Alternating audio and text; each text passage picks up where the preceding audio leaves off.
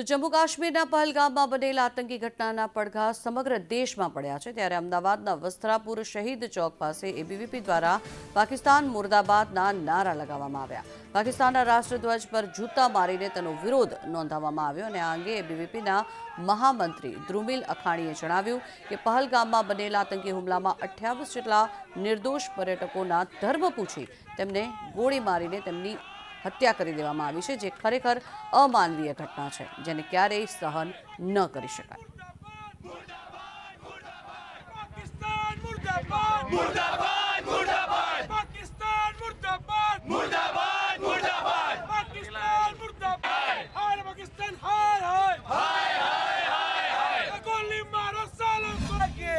मासूम पर्यटकों ने एक आतंकवादियों द्वारा इस्लामिक आतंकवादियों द्वारा પોતાનો ધર્મ પૂછીને એમને જ્યારે મોતને ઘાટ ઉતારવામાં આવે છે તો આજે એના વિરોધમાં અમે અહીંયા અખિલ ભારતીય વિધાયક પરિષદના કાર્યકર્તાઓ આજે શહીદ ચોક ખાતે વસ્ત્રાપુર ખાતે ભેગા થઈ અને રોડ ઉપર આ એ જ ઇસ્લામિક લોકોનો પાકિસ્તાનનો ઝંડો અમે પેઇન્ટિંગ કરી અને પાકિસ્તાન મુર્દાબાદ નારાબાજી કરી અને અહીંયા આગળથી મેસેજ આપવા માંગીએ છીએ। આ એ જ ભારત દેશના લોકો છે જ્યારે અહીંયા આગળ તમારો ઝંડો બનાવી પણ શકે છે અને ઝંડાને ઉખાડીને ફેંકી પણ શકે છે। આ એ ભારત દેશના યુવાનોની તાકાત છે। અમે આ મેસેજ સ્પષ્ટ આપવા માંગીએ છીએ અને ઇસ્લામિક આતંકવાદને અહીંયાથી નાબૂદ કરવા માટેના જેટલા પણ પ્રયત્ન બનશે એટલા પ્રયત્ન અખિલ ભારતીય વિધાયક પરિષદના કાર્યકર્તાઓ કરવા માટે કટિબદ્ધ છે અને અલગ અલગ કેમ્પસ સ્તર સુધી જઈને અલગ નગરોમાં આજે પણ 20થી વધારે કેમ્પસોમાં પૂતળા દહન કરી ઇસ્લામિક આતંકવાદના પૂતળા દહન કરીને એબીવીપીના કાર્યકર્તાઓએ મોટા સંખ્યામાં વિરોધ નોંધાવ્યો છે।